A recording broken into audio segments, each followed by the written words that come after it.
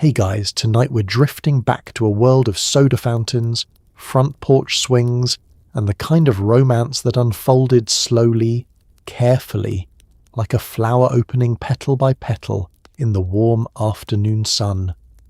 We're talking about 1950s America, specifically what courtship actually looked like before swiping right existed, before texting replaced talking, before love became something you could schedule between meetings. This was an era when getting to know someone meant sitting beside them at the drugstore counter, when holding hands felt monumental, and when a goodnight kiss on the front porch was something you earned over weeks, not minutes. Before we step into that world together, take a second to like the video and subscribe, but only if this kind of gentle time travel speaks to something in you. And drop a comment telling me where you're watching from and what time it is there. I love knowing there are people all over, maybe curled up at midnight with a cup of tea or watching on a Sunday morning with coffee still warm in their hands. Now dim the lights if you can, maybe turn on a fan for that soft white noise, settle into your favourite spot, the kind of comfortable where you're not planning to move for a while. Get cozy, really cozy, because we're about to spend some time in an America that moved at a different pace.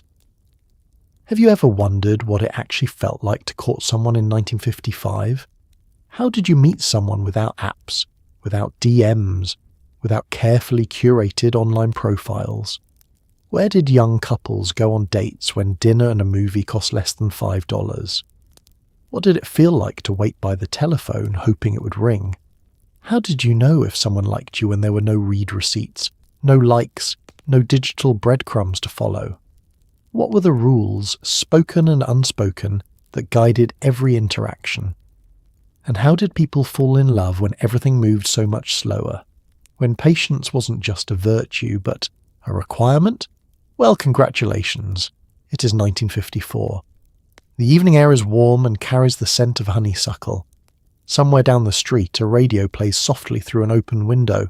Your heart is doing that nervous flutter thing because tonight someone special is coming to pick you up. And the whole careful, beautiful ritual of courtship is about to unfold, one sweet, uncertain moment at a time. You meet people in real life, in actual physical spaces where your presence is required and your attention cannot drift to a screen. There are no algorithms analysing your interests, no carefully filtered photos promising compatibility. Instead, there is the church social on Friday evening, the community dance at the recreation hall, the booth at the soda fountain where the same faces appear week after week. You meet someone because your younger brother is friends with their cousin, or because your families attend the same Sunday service, or because you both happen to be browsing the record section at Woolworths on a Saturday afternoon when the light comes through the windows just right. The meeting itself is often accidental, or at least it appears that way, though sometimes there is gentle orchestration happening behind the scenes. Your mother mentions to her friend from the auxiliary that you will be helping with the bake sale on Saturday. That friend, quite coincidentally, suggests her son might stop by to see if they need any heavy lifting done. And so you find yourself standing behind a table of pies and cookies, and he appears with his sleeves rolled up, offering to carry boxes, and suddenly you're talking about whether lemon meringue is better than apple, and neither of you is fooling anyone about why you're both really there. Or perhaps you meet at the roller rink on a Friday night, when the whole town seems to show up under the coloured lights, and the organ music echoes off the walls. He is there with his friends, you are there with yours. And at some point during the evening your groups merge, the way groups of young people naturally do. Someone suggests racing around the rink, someone else falls dramatically and everyone laughs. And in the comfortable chaos of it all, you notice him, really notice him. The way he steadies his friend who is wobbling on new skates, the way he throws his head back when he laughs, the easy kindness in his movements. Sometimes you meet through work, if you are one of the young women working as a secretary or a shop girl or a switchboard operator. He comes into the office to deliver something, or he is the new clerk at the hardware store where your father sends you for supplies. The first meeting is brief, professional, but there is a moment, Just a flicker of eye contact, a smile that lasts half a second longer than necessary, and you file it away in your mind as you go about your day. The beauty of meeting this way is that you encounter the whole person, not a curated version designed to impress. You see how they treat the elderly woman who needs help reaching something on a high shelf. You notice whether they hold the door for the person behind them.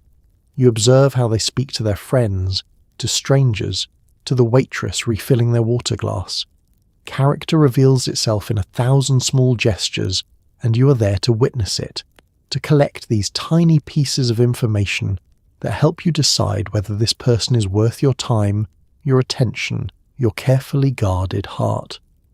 There is no hiding behind clever messages or perfect lighting. There is only the two of you standing in the same physical space, breathing the same air, navigating the same awkward silences and surprising moments of connection.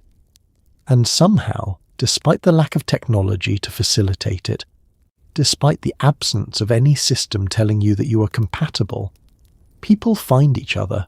They always have. You're not introduced to someone casually as though their name is just another piece of information tossed into conversation. Introductions. In 1950s, America are small ceremonies, governed by unspoken rules everyone seems to understand instinctively. When a friend wants you to meet someone, they do it properly. Your name is spoken clearly, their name follows, and there is often a small piece of context offered to give the introduction weight. This is my friend Mary. She works at the library downtown.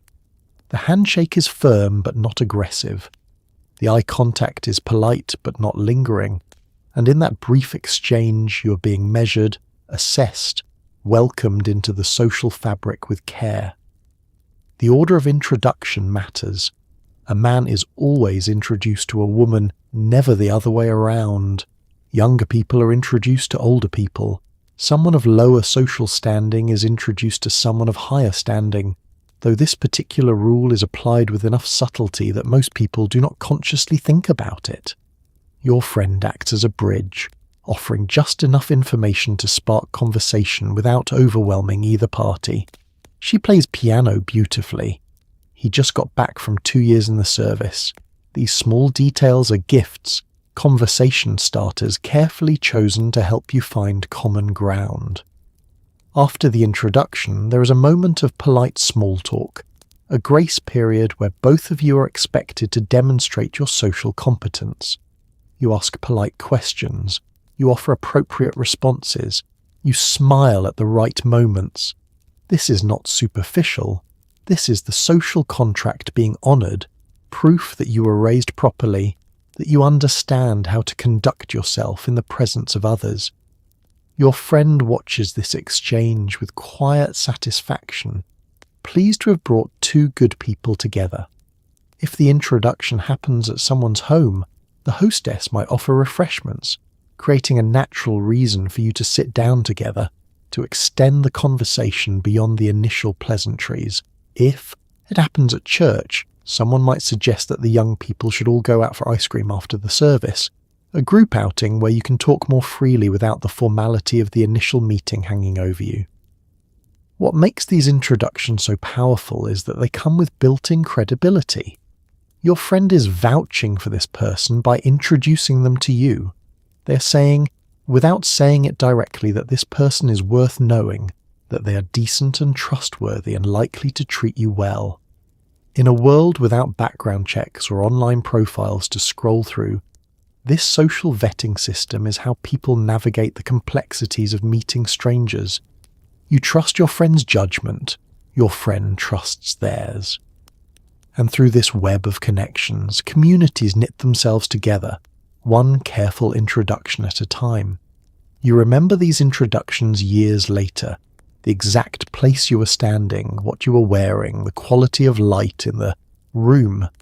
Because even though they seem small in the moment, they are the beginnings of something, the first thread in a story that might unspool for the rest of your life. The first time you speak to someone you're interested in, there is no screen to hide behind, no carefully edited message you can revise before hitting send. Your words arrive raw and immediate, carried on your actual voice with all its hesitations and nervous laughter. You stand there, face to face, and attempt to seem relaxed even though your pulse is doing something theatrical. The conversation is simple, almost painfully so by modern standards. You talk about the weather, about the music playing, about mutual acquaintances. But beneath the surface of these ordinary words, something else is happening. You are learning the rhythm of their speech, the way they laugh, the small gestures that make them who they are. He asks if you are enjoying the dance. You say yes, even though you have spent most of the evening standing against the wall with your friends, hoping someone would ask you onto the floor. He tells you he almost did not come tonight, that his buddy had to practically drag him here, and you laugh because you can tell he is nervous too, and that makes you feel slightly less nervous yourself. The conversation meanders, touching on safe topics, the unseasonably warm weather, the upcoming football game, whether the band is better this year than last year. Neither of you says anything particularly clever or memorable, but that is not the point. You notice details, the way he shifts his weight from one foot to the other, the way he runs his hand through his hair when he is searching for something to say, the way his eyes crinkle slightly when he smiles, like he smiles often enough that the expression has left permanent marks. You notice that he listens when you talk, really listens, not just waiting for his turn to speak, but actually absorbing what you're saying and responding to it, thoughtfully. There are awkward pauses, little gaps in the conversation where neither of you knows quite what to say next. But instead of feeling painful, these silences feel almost companionable, like you're both acknowledging that this is new and strange and a little scary, and that is okay. He asks if you would like some punch. You say yes, grateful for something to do with your hands. He walks with you to the refreshment table, and on the way you pass some of his friends, who elbow each other and grin in a way that makes him blush, and you pretend not to notice, but secretly you are pleased. At the punch bowl, he ladles 2 cups and hands you one, careful not to spill. Your fingers brush for just a second when you take it from him, and there's a small spark of electricity in that brief contact, something that makes you both pause and look at each other for a moment longer than is strictly necessary. Then someone bumps into him from behind and the moment breaks and you are both laughing, and the conversation picks up again, easier now, more natural. By the time the evening ends, you have not discussed anything profound. You have not shared your deepest secrets or your grandest dreams, but you have established something, a baseline of compatibility, a sense that talking to each other is pleasant rather than painful, that there might be something here worth exploring further. And when he asks, somewhat shyly, if he might call you sometime, you say yes without hesitation. Because even though this first conversation was simple, it was also enough. There is an entire language of interest in the 1950s, one spoken through glances, through the timing of a smile, through the smallest gestures that signal attention without crossing into boldness. You cannot simply tell someone you like them, not directly, not immediately. That would be forward, pushy, improper. Instead, you learn to communicate through careful subtlety. You make sure to be where they might be. You ask questions that show you are paying attention. You remember small details they mentioned last week and bring them up naturally in conversation. It is a slow dance of signalling and receiving, of hints dropped and noticed, of interest expressed in the spaces between words. If you are a young woman, your signals must be especially delicate. You cannot ask him out. That is simply not done. But you can position yourself in his path. If you know he stops by the drugstore after work on Thursdays, you might find a reason to be browsing the magazine rack at exactly that time. When you see him, your surprise must appear genuine, even though you have timed this encounter down to the minute. "Oh, hello," you say, as though the universe has simply smiled upon you both. And if he is interested, he will take this opportunity you have handed him, and turn it into a conversation, maybe an invitation to sit at the soda fountain for a few minutes. You laugh at his jokes, even the ones that are not particularly funny, because laughter is a form of encouragement, a way of saying I enjoy your company without having to speak the words aloud.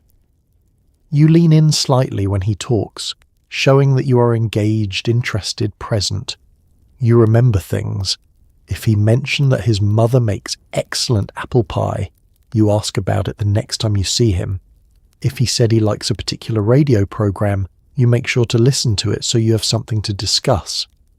These small acts of attention are how you signal that he matters to you, that you're paying attention, that this is not casual. For young men, the signals are different, but equally careful. He finds reasons to be near you. He offers to carry things for you, to help you with tasks you could easily do yourself. He saves you a seat at the school assembly. He asks your opinion on things, treating your thoughts with a seriousness that makes you feel valued. He is careful never to be too aggressive, never to pressure you, but he is consistent, reliably present, showing up again and again until his interest is unmistakable. What is beautiful about this system, for all its constraints, is that it requires genuine attention. You cannot express interest without truly paying attention to the other person, without learning who they are and what they care about. The signals you send are based on real observation, real care, real effort. And when someone signals back, when they respond to your carefully dropped hints with hints of their own, there is a thrill in that, a sense of connection being built through patience and attention, rather than through grand declarations or dramatic gestures. You are building something together, slowly, signal by signal, smile by smile, until the interest that was once hidden becomes something both of you can finally acknowledge out loud. The telephone in your home sits on a small table in the hallway, black and heavy and singular in its purpose. It does not buzz with notifications or light up with messages. It simply waits, silent and patient, until someone on the other end decides to turn the dial and make it ring. And you wait too, trying not to seem like you're waiting, trying not to hover too obviously near the hallway, trying not to jump every time you hear a sound that might be the bell. Your mother notices, of course. She always notices. She doesn't say much, just gives you a knowing smile as she passes by. And when the phone finally does ring, your heart does something acrobatic in your chest. But you cannot simply lunge for it. That would be desperate, undignified, far too revealing. Instead, you wait through the first ring, counting slowly in your head, pretending to be absorbed in whatever you were doing before. On the second ring, you walk toward it with what you hope looks like casual purpose, as though you just happened to be in the area. On the third ring, you pick up the receiver, bringing it to your ear with a hello that you have practiced to sound pleasantly surprised rather than breathlessly hopeful. If it is him, your whole body relaxes and tenses at the same time.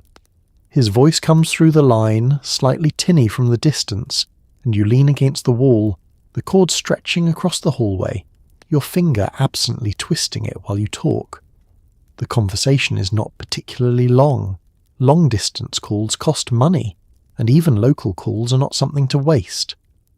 But in those few minutes you cover important ground. How was your day?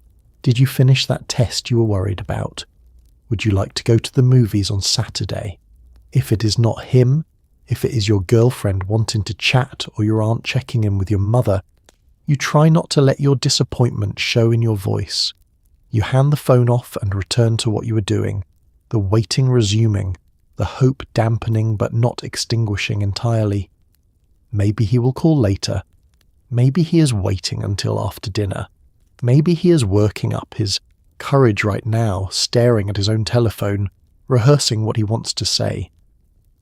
Your family learns to navigate around your waiting. Your father teases you gently as he passes through the hallway. Your younger sibling complains that you are hogging the phone area, even though you're not technically using it. Your mother, who remembers waiting by her own telephone years ago, is the most sympathetic. She shoos everyone away when the phone finally rings, giving you as much privacy as the open hallway allows. There is something almost painful about this waiting, but there is also something sweet about it, something that makes the eventual call more valuable because it was so hoped for. In a world where communication is instant and constant, where messages arrive unbidden throughout the day, there is no equivalent to this particular flavour of anticipation. The waiting gives weight to the call. The delay makes the connection more precious. And when his voice finally comes through that receiver, when he asks if you would like to go out this weekend, the relief and joy you feel are earned, built through hours of quiet hoping. You say yes. Your mother smiles from the kitchen doorway, and for that moment the whole world feels exactly right. Before a young man can take you out, he must first navigate a ritual older than the automobile, asking your father for permission. This is not optional. This is not negotiable. This is simply how things are done. He arrives at your home dressed in his best clothes, hair combed carefully, posture straight. He shakes your father's hand with a grip that says he is respectful but not weak. He makes small talk about work, about the weather, about anything that might establish his character as solid and trustworthy. And then, with the kind of courage usually reserved for much larger challenges, he asks if he might have the honour of taking you to the movies this Saturday evening. Your father considers. Your mother watches from the kitchen. Doorway. Time stretches. You're upstairs, supposedly doing homework or reading or tidying your room, but really you're straining to hear the conversation happening below. The murmur of voices drifts up through the floorboards, your father's low and measured, his higher and occasionally nervous. You cannot make out specific words, just the rhythm of the exchange, and you find yourself holding your breath during the pauses, wondering what is being said, whether your father is being kind or intimidating, whether he's making this easy or treating it like a military interrogation. Your father is evaluating everything. The firmness of his handshake, the steadiness of his eye contact, the way he addresses him as sir without being obsequious about it. He asks questions that seem casual but are really assessments. Where do you work? What are your plans after graduation? How do you know my daughter? Each answer is weighed carefully, measured against an internal standard that your father has never explicitly articulated but somehow carries with complete certainty. Your mother, for her part, is assessing different things. She watches how he holds himself when he is nervous. She notices if he wipes his palms on his trousers before shaking hands. She listens to the tone of his voice, gauging sincerity, respect, genuine interest versus smooth performance. She's been married to your father long enough to know that his stern exterior is partly for show, but she also knows that his protective instincts are absolutely genuine. She will weigh in later when the young man has left, and her opinion will matter as much as your father's, possibly more. If your father approves, and he usually does if the young man has presented himself well, he will set clear expectations. What time you will be picked up, where you will be going, what time you will be home. These are not suggestions, these are boundaries, clearly marked, and the young man is expected to honour them exactly. A curfew is given, usually 10 or 10:30, and your father makes it clear that he will be awake and waiting when you return. There is no ambiguity here, no room for interpretation. When the young man finally leaves, promising to return Saturday at 6 o'clock sharp, you come downstairs trying to look casual, as though you are not just pressed against your bedroom door listening to every word. Your father looks at you with an expression that manages to be both protective and affectionate. He seems like a nice young man, he says, which is high praise in your father's vocabulary. Your mother adds her own assessment. He has good manners. You try not to smile too widely, but inside you're already planning what you will wear, already counting the days until Saturday evening. When a young man asks you on a date, he does not send a casual text at 11 at night asking if you want to hang out sometime. He plans, he prepares, he gathers his courage like someone preparing for a small but significant battle, and then he asks you directly in person, with words that leave no room for misunderstanding. Would you like to go to the picture show with me this Saturday? His voice is steady, or he is trying very hard to make it seem steady. His eyes meet yours. There is vulnerability in this moment, the kind that comes from putting yourself forward without knowing what the answer will be, and you, in turn, must answer clearly, kindly, with the same directness. The invitation is specific. Not sometime, but Saturday. Not something vague like hangout, but a particular activity. The movies, the dance, the church social. This specificity is important. It shows that he has thought about this, that he has made plans, that he is treating this with the seriousness it deserves. It also makes it easier for you to say yes or no, because you know exactly what you are agreeing to. There is no ambiguity to hide behind, no way to later claim there was a misunderstanding about intentions. The asking usually happens in person, face to face, where the risk is highest but the sincerity is clearest. He might ask you at school, catching you between classes when you're alone, or as you're leaving the library with an armful of books. He might ask you after church, while everyone is standing around talking in the sunshine. He might even ask you at the soda fountain, after you've been talking for a while, and the conversation has reached a natural pause where such a question might fit. Wherever it happens, the moment has weight. You can see the hope in his eyes. You can hear the slight tremor in his voice that he is trying to control. And you understand that this asking has cost him something, that rejection would hurt in a way that is real and immediate. If you want to say yes, you do so warmly, with a smile that reaches your eyes. I would love to. That sounds wonderful. Your acceptance is its own gift, a validation of his courage, a signal that his interest is reciprocated. If you need to say no, and sometimes you do it kindly without cruelty, acknowledging the bravery it took to ask.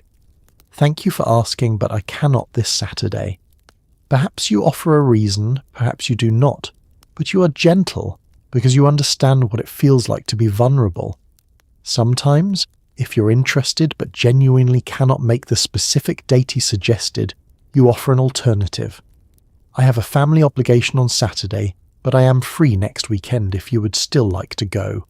This is a delicate dance, making it clear that your decline is about circumstances rather than lack of interest, giving him the opportunity to try again without having to go through the nerve-wracking process of asking from scratch.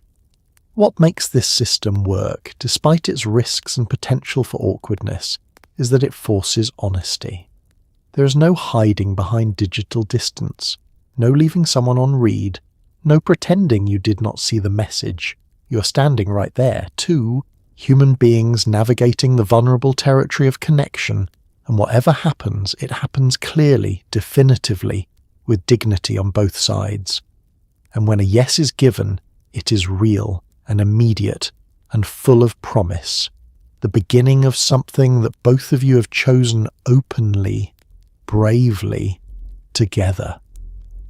The preparation for a date in the 1950s is an elaborate, multi-step ritual that begins hours before the appointed time. You wash your hair and set it in rollers, pinning each curl carefully so it will fall just right. You file your nails, paint them with polish in a colour called something like coral dream or rose petal. You stand in front of your closet, weighing options, asking your mother or your sister which dress looks better, the blue one with the full skirt or the yellow one with the sweetheart neckline. You check your makeup in the mirror, blotting your lipstick on a tissue the way the magazines taught you. You spray a small cloud of perfume and walk through it. Every detail matters, because every detail will be noticed.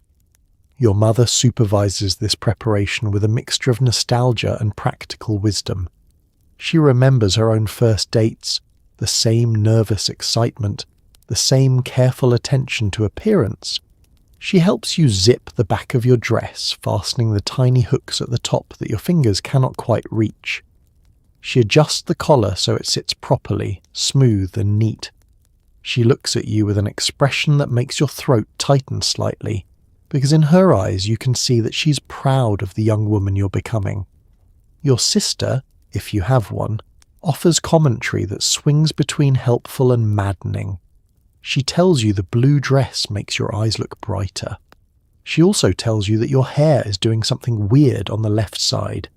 She borrows your lipstick without asking, and then helps you apply your eyeliner with a steadier hand than yours, which is trembling slightly with anticipation. She's excited for you, even if she pretends to be too cool to care, and her presence makes the preparation feel less like a solitary ordeal and more like a shared celebration. The rollers come out carefully, one at a time, and you brush the curls gently so they soften into waves rather than staying in tight coils. You pin one side back with a small barrette, checking the mirror from multiple angles to make sure it looks natural rather than forced. Your hair has to look perfect, but not like you spent hours making it perfect. It has to look effortless, even though nothing about this process has been effortless. Makeup is applied with a light hand because too much would be garish, inappropriate for a nice girl. Foundation evens your skin. A touch of blush warms your cheeks. Eyeliner, if you're brave enough to attempt it, traces a delicate line along your upper lashes. Mascara, applied carefully so as not to clump, darkens your lashes and opens your eyes. Lipstick, the final touch, is chosen to touch. Compliment your dress, and you blot it twice on tissue paper, pressing your lips together the way the magazines demonstrate, leaving a perfect imprint behind. You slip into your good shoes, the ones that pinch slightly but look elegant, and practice walking in them across your bedroom floor. You check the small purse you will carry, making sure you have a handkerchief, a compact for touch-ups, a little bit of mad money tucked away just in case. Your mother insisted on the mad money. Enough for bus fare home if something goes wrong, though she does not say this explicitly. It is simply understood. When you finally stand in front of the full-length mirror for a final assessment, you barely recognize yourself. Not because you look different exactly, but because you look like the best version of yourself, polished and pretty and ready. Your heart is beating fast. Your hands are slightly damp. The doorbell will ring any minute. And despite all the preparation, despite all the careful planning, you still feel breathtakingly nervous because tonight matters and you want it to go well, and there is no guarantee that it will. But you are ready as hours of preparation can make you, and that will have to be enough. He arrives at your door at exactly the time he said he would, not 5 minutes late, not 10 minutes early, but precisely on time, because punctuality is a form of respect. He rings the doorbell and stands on the front porch, hands clasped in front of him, waiting. Your father answers the door first every time, even though everyone knows you are the one he's here to see. There is a brief exchange of pleasantries, a confirmation of when you will be home, a subtle reminder that your father knows exactly where you're going and expects you back by 10:30. Then you appear, and his face does something that makes all the preparation worthwhile. "You're lovely," he says, or something close to it, and he means it. You can see the nervousness in him, the way he shifts his weight slightly, the way his Adam's apple bobs when he swallows. He's wearing his best shirt pressed carefully, and slacks that still hold the sharp crease from ironing. His shoes are polished. His hair is combed with some kind of pomade that makes it stay in place, though one piece at the front is already starting to rebel. He smells clean, like soap and aftershave, a scent that is becoming familiar to you. Your father does not make this easy for him, because that is not your father's job. He asks again what time the movie lets out. He mentions that he will be waiting up. He looks at him with an expression that manages to be both friendly and vaguely threatening, a look that says, "I am trusting you with something precious." The young man nods seriously, understanding the weight of this trust, promising again that he'll have you home by 10:30, not a minute later. Your mother emerges from the kitchen, wiping her hands on her apron, and she is warmer than your father, asking him how his family is, mentioning that she saw his mother at the grocery store last week.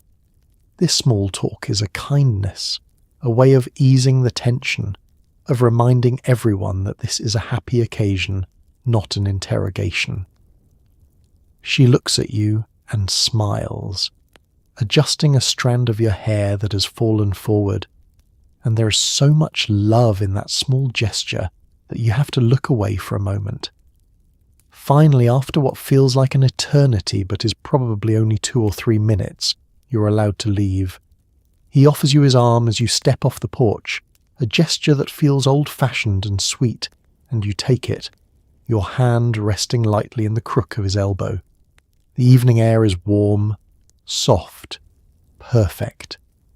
Somewhere down the street, someone is mowing their lawn. A dog barks once and then falls silent. The sun is just beginning to set, painting the sky in shades of pink and gold. He walks you to his car, parked at the curb, and opens the passenger door for you, waiting until you're settled before closing it gently and walking around to the driver's side. Through the window, you can see your parents standing on the porch watching. Your father has his arm around your mother's waist.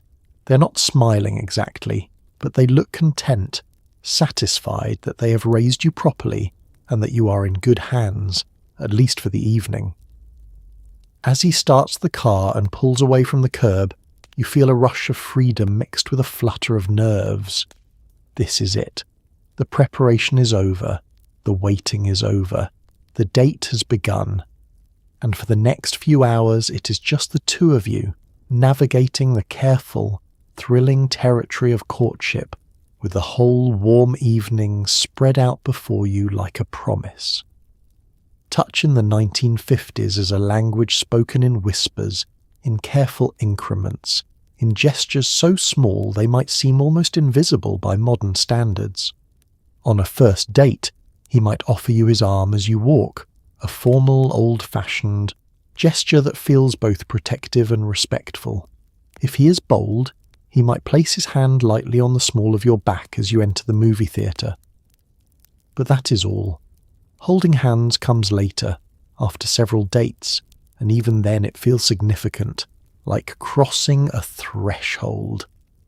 A kiss, if it happens much later still, and it is the result of weeks of careful courtship, of trust built slowly, of permission granted in the smallest gestures.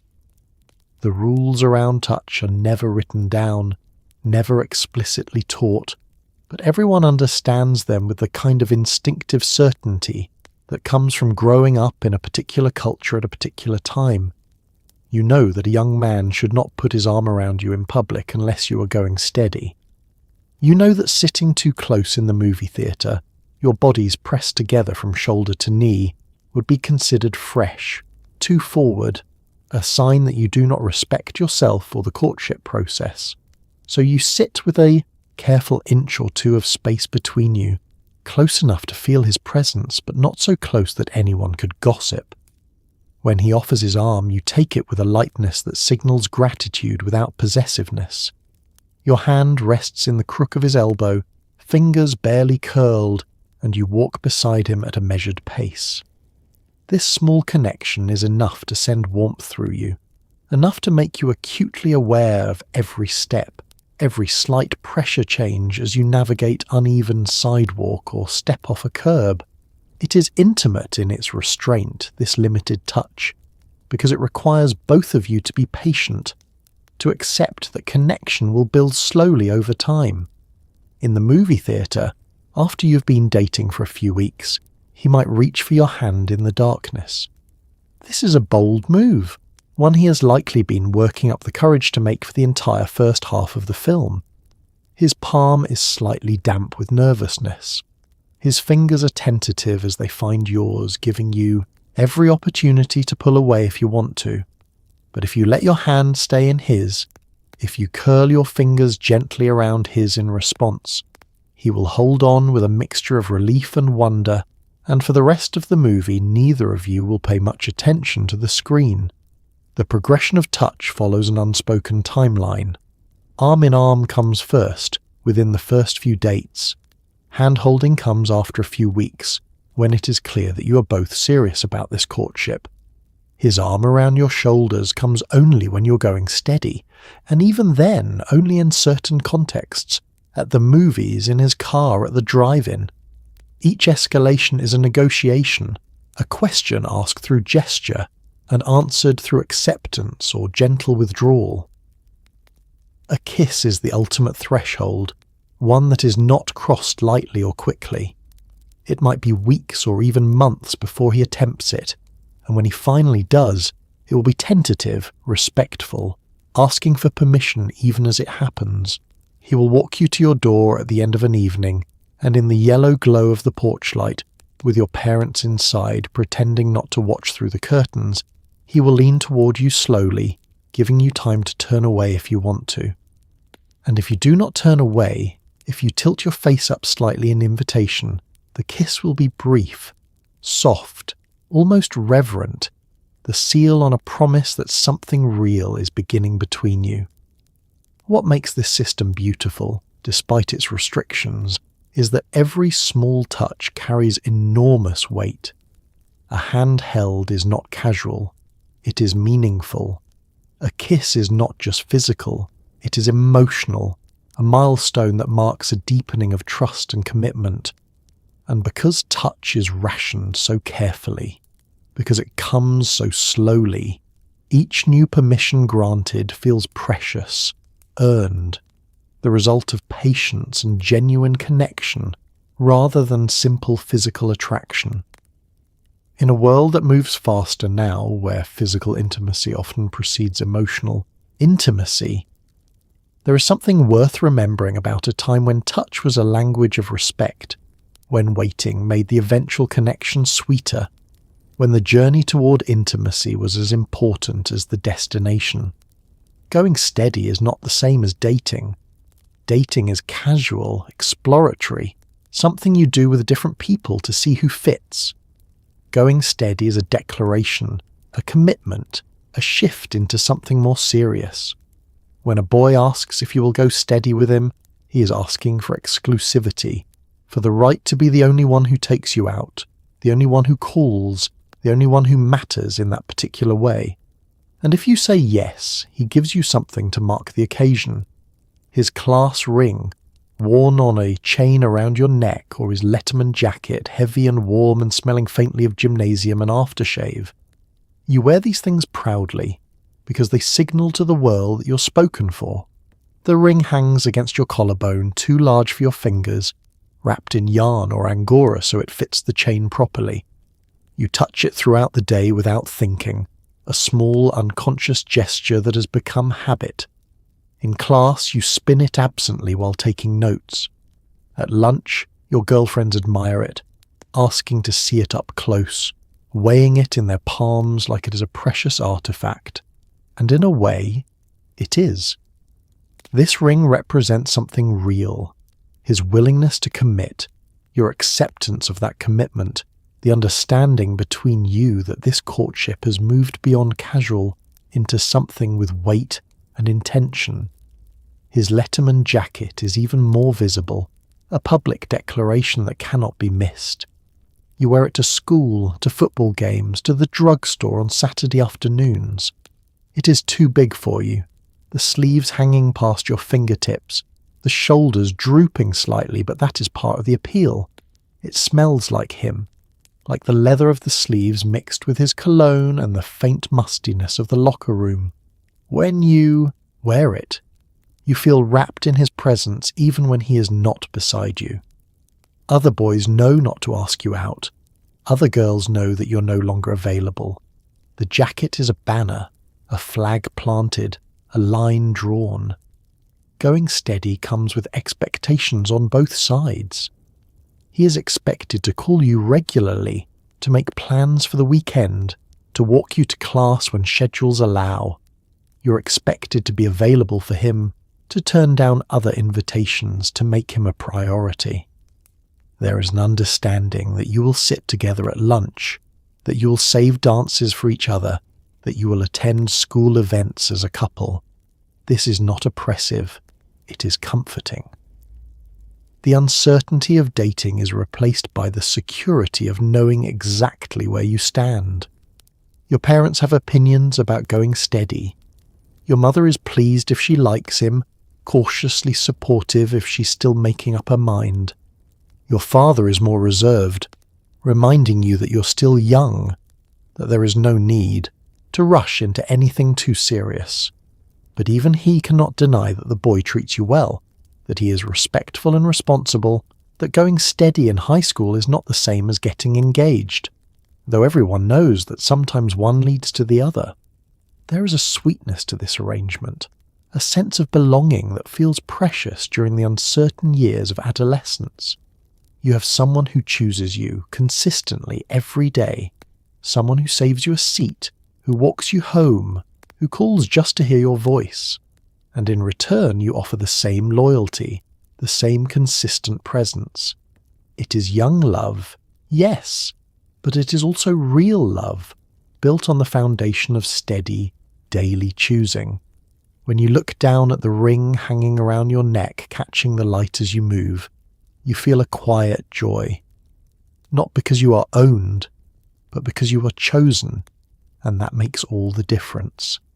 The soda fountain at the corner drugstore is one of the great social hubs of 1950s, Courtship, a place where young couples gather to talk and laugh and share something sweet. You sit beside him on the vinyl-covered stools that spin if you push off with your foot, though you try not to because that would seem childish. He orders a chocolate malt. You order a cherry Coke, served in a tall glass with a striped paper straw. The counterman, who has seen 1,000 young couples just like you, sets the drinks down with a knowing smile. You sip slowly, making it last, because the real point is not the drink but the conversation, the chance to sit close and talk without parents listening from the next room.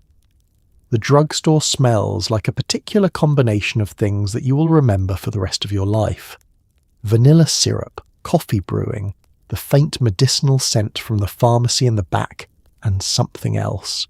Something indefinable that might just be the accumulated atmosphere of decades of teenagers falling in love over ice cream sodas. The chrome fixtures gleam under the overhead lights. The mirror behind the counter reflects the two of you back, a portrait of young romance that looks like it could be from a magazine. He sits close enough that his knee almost touches yours, not quite making contact, but close enough that you're aware of the nearness, the warmth of him beside you. When he laughs at something you say, his whole body turns toward you, and for a moment you're the only person in the world who matters. He asks about your day, about the test you were worried about your family. He listens to your answers with real attention, not just waiting for his turn to talk, but actually absorbing what you're saying, asking follow-up questions that show he cares about the details of your life. Around you, the drugstore hums with life. An older couple sits in one of the booths, sharing a sundae with 2 spoons. A group of younger kids crowds around the comic book rack, their voices high and excited. The pharmacist calls out that a prescription is ready. Someone drops a handful of coins into the jukebox in the corner, and suddenly the space fills with music, something upbeat and romantic that makes you smile. He reaches across and steals a sip of your cherry Coke, his straw dipping into your glass with a familiarity that makes your heart flutter. You pretend to be offended, pulling the glass away in mock protest, but really you are charmed by the intimacy of it, the casual way he assumes he's allowed to share. In return, you ask for a taste of his malt, and he slides it over without hesitation, watching your face as you take a sip through his straw, an indirect kiss that both of you are acutely aware of. The counterman refills your Coke without being asked, because he can see you're in no hurry to leave. Time slows down here, stretches out in a way that it does not anywhere else. The light coming through the front windows is golden, late afternoon turning toward evening, and everything feels suspended in amber, perfect and temporary and worth savouring. You talk about everything and nothing. The upcoming dance, whether the new Elvis song is better than his last one, what you want to do after graduation, where you would travel if you could go anywhere in the world. These conversations are building blocks, small pieces of information that you're trading back and forth, constructing a shared understanding of who you both are and what you both want. When you finally finish your drinks, the glass is empty except for melting ice. He pays the check and leaves a tip for the counterman. He helps you off the stool, his hand at your elbow, steadying you even though you do not need steadying. And as you walk out together into the warm evening air, you realize that this simple date, this hour spent at a drugstore counter, drinking cherry coke and chocolate malts, is one of the happiest moments of your life so far. Not because anything extraordinary happened, but because it was ordinary in the best possible way, easy and comfortable and full of the quiet promise that there will be many more afternoons just like this one. The drive-in theatre on the edge of town is a wonderland of flickering light and crackling speakers, a place where couples park side by side in neat rows, all facing the enormous screen that glows against the night sky. He pulls into a spot somewhere in the middle, not too close to the front where the sound is distorted, not too far back where you cannot see. He hooks the metal speaker onto the window, adjusting it until the volume is just right. The movie starts, something romantic or thrilling or funny, but honestly, you are not paying as much attention to the screen as you thought you would, because he is sitting right there, close enough that you can feel the warmth of him, and the night air is soft and the whole world feels like it is holding its breath. Before the movie begins, he makes a trip to the concession stand, returning with popcorn in a striped container, boxes of candy, and 2 bottles of Coca-Cola that sweat condensation in the warm evening. You arrange these provisions between you on the bench seat, a small feast that gives you something to do with your hands during the parts of the movie that feel too intense or too romantic, when the closeness between you becomes charged with something you are not quite ready to name. The sky darkens gradually, deepening from blue to purple to black, and the stars begin to appear overhead, competing with the glow of the screen. All around you, other cars are filled with other couples, though the darkness provides enough privacy that you can almost forget they are there. Occasionally you hear laughter from a nearby car, or the sound of a horn honking during a particularly exciting scene. Someone a few rows back has their speaker turned up too loud, and the sound bleeds into the night, tinny and distant. As the movie progresses, you become aware of his arm moving slowly along the back of the seat behind you. It is not touching you, not yet, but it is there, a clear signal of intention, a question being asked through gesture. You shift slightly, leaning back just enough that his arm settles naturally around your shoulders, and you feel him relax beside you, the tension of uncertainty releasing. This is allowed now, this closeness, because you are going steady and everyone knows it. His jacket is still in your closet at home, his ring is still around your neck. This is simply the next small step in a progression that feels both thrilling and safe. The movie continues to flicker on the screen, but you have lost the thread of the plot. You're too aware of the weight of his arm, the way his thumb absently traces small circles on your shoulder, the warmth of him beside you in the cooling night air. Your head tips slightly, naturally, until it is resting against his shoulder, and this feels right, comfortable, like something you have been doing for years rather than for the first time. During a particularly quiet moment in the film, he turns his head and you feel his lips brush against your hair. The gentlest kiss, one that might have been an accident, except that he does it again, more deliberately this time. Your heart does something complicated in your chest. You turn your face up toward him, and for a long moment you just look at each other, the movie forgotten entirely, the whole drive-in theatre fading away until there is nothing but the two of you suspended in this bubble of intimacy and possibility. The movie reaches its climax on the screen, swelling music and dramatic lighting, but you barely notice. You're too busy living your own story, the one unfolding right here in this car, the one where a boy and a girl discover that sitting close in the darkness, sharing popcorn and tentative touches, can feel like the entire universe has narrowed down to this single perfect moment. When the credits finally roll and the lights come up, car engines starting all around you, you realise you cannot remember anything about the movie you just watched, and you do not care even a little bit. Not every date is private. In fact, many of them are not. Your parents, particularly if you're young, or if this is someone you have only recently started seeing, prefer the safety and propriety of group outings or chaperoned dates. So you go to the school dance with 3 other couples, all of you piling into someone's car and laughing too loudly. Or you attend a church picnic where your mother and his mother are both present, watching from a polite distance. Or you go to the skating rink on Friday night, where half the kids from school are circling the rink in pairs, holding hands as they glide over the smooth wooden floor.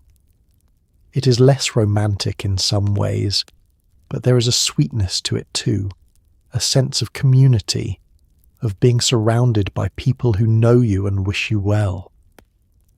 The group dates have their own particular rhythm and charm. Someone suggests going for burgers after the movie, and suddenly there are 6 or 8 of you crowded into a booth at the diner, stealing fries off each other's plates and arguing good-naturedly about whether the movie was actually good or just so bad it was entertaining. You sit beside him, his hand finding yours under the table where no one can see, that secret connection existing alongside the public camaraderie. At the church picnic, the adults set up tables laden with food, while the young people organise a softball game. Your mother has packed potato salad and her famous chocolate cake. His mother has brought fried chicken and biscuits. The older folks sit in lawn chairs in the shade, fanning themselves and watching with benevolent interest as you and the other young couples navigate the careful dance of courtship under their protective gaze. You're allowed to walk together to the creek, but not alone. There are always at least 2 other couples along, providing the buffer of propriety.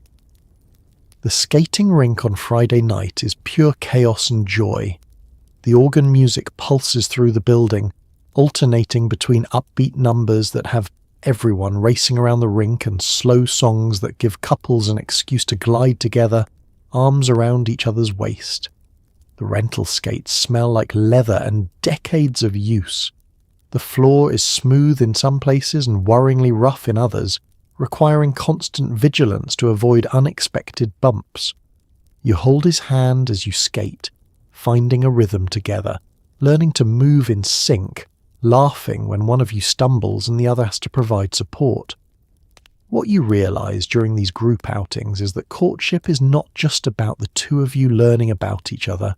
It is also about your social worlds intersecting, about your friends meeting his friends, about discovering whether you fit into each other's broader lives. You watch how he treats your best girlfriend when she joins the conversation. He watches how you interact with his buddy from the football team. These observations matter because you're not just choosing each other, you're choosing to merge your lives, and that means your communities need to mesh as well. The chaperones, whether parents or teachers or older siblings, maintain a careful distance. They're present enough to ensure propriety, but far enough away to give you privacy for conversation. Your mother chats with other mothers while keeping you in her peripheral vision. The teacher supervising the school dance patrols the gymnasium but does not hover. Everyone understands their role in this elaborate social structure, this system designed to let young love flourish while protecting against its potential pitfalls. There is safety in these group settings, a reduction of pressure that can actually make courtship easier. You do not have to fill every silence with conversation, because there are other people to help carry the social load. You do not have to worry as much about awkwardness, because the group's energy can smooth over rough moments, and you get to see each other in different contexts, different moods, different social situations, which gives you a fuller picture of who this person really is. By the time the evening ends and you're all saying goodbye in the parking lot or on the church lawn or at the skating rink entrance, you feel tired in a good way, your cheeks sore from smiling, your voice slightly hoarse from talking and laughing. He walks you to your parents' car, and even this brief moment of semi-privacy feels special after hours of group activity. The goodnight is quick, appropriate, witnessed by multiple sets of eyes. But that does not make it less meaningful. If anything, the restraint makes it sweeter. Your reputation in the 1950s is a fragile, precious thing, built over years and capable of being shattered in an evening. People talk, they always talk, and in a world without social media to distract them, they talk about each other with a focus and intensity that feels almost archaeological. If you're seen alone with a boy too often, people begin to whisper. If you stay out past curfew, your parents hear about it before you make it home. If you're too forward, too affectionate in public, too willing to bend the rules, you acquire a reputation, and that reputation follows you everywhere. To school, to church, to the grocery store where your mother shops. So you are careful, always careful, because once a reputation is damaged, it is almost impossible to repair. The whispers start small, innocent even. Did you see them at the movies again? 3 times this week. They seem awfully close. The words are not accusations, not yet, but they carry weight, implication. The suggestion that perhaps you're getting too serious too fast, that perhaps you're not maintaining appropriate boundaries. These whispers travel through the community with remarkable speed, passed along at beauty parlours and bridge clubs, in church basements and over backyard fences. By the time they reach your mother, they have been softened, made gentle, but the warning is clear. People are watching, and they have opinions. For young women, the stakes are particularly high. A girl who is too free with her affections, who dates too many boys in quick succession, who is seen parked with someone in a secluded spot, quickly earns labels that stick like tar. Fast, cheap, easy. These words are spoken in hushed tones with disapproving looks, and they carry consequences. Invitations dry up. Mothers warn their sons away. The nice boys, the ones with good families and solid futures, begin to see you as someone to have fun with, but not someone to take seriously, not someone to bring home to meet their parents. Even small infractions can damage a reputation. Wearing a skirt that is too short or too tight, laughing too loudly, dancing too close, accepting a ride from a boy without telling your parents first. Each of these might seem minor in isolation, but together they build a picture, and in a small community where everyone knows everyone, that picture becomes your identity. You're judged not just by your own actions, but by the company you keep, by your friends' reputations as well as your own. Boys face different standards, of course. A boy who dates multiple girls is considered popular. A young man sowing wild oats before settling down. A boy who stays out late or drives too fast is called spirited rather than reckless. The double standard is real and stark, though no one speaks of it directly. Everyone simply understands that the rules are different, that girls bear the burden of maintaining propriety, while boys are given more latitude to test boundaries. So you learn to be strategic, careful, always aware of how your actions will be perceived. You do not sit too close to him at the soda fountain. You make sure to be home 5 minutes before curfew, not 5 minutes after. You laugh at his jokes, but not in a way that could be called flirtatious. You dress modestly, speak softly, and maintain the careful balance between being friendly and being forward. It is exhausting sometimes, this constant self-monitoring, but the alternative is worse. Your mother reminds you, gently but firmly, that your reputation is all you have. In a world where women's futures often depend on the marriages they make, where a good match can mean security and happiness, while a poor match or no match at all can mean struggle, your reputation is your currency. It determines which boys will court you seriously, which families will welcome you, which doors will open and which will close. So you protect it fiercely, making choices that sometimes feel restrictive but that you understand are necessary.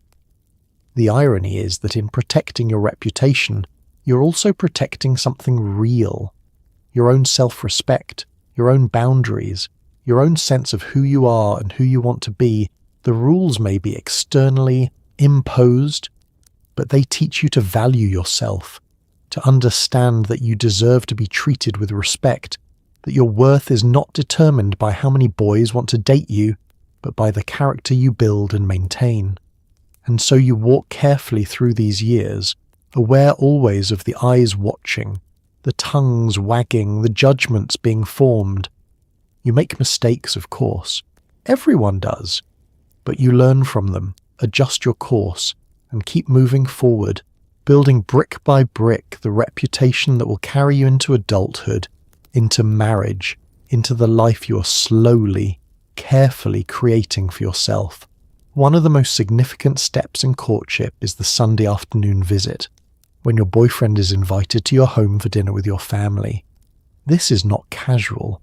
This is a milestone, a signal that things are serious, that he is being evaluated not just as a date, but as a potential husband, a future son-in-law, someone who might one day sit at this table permanently.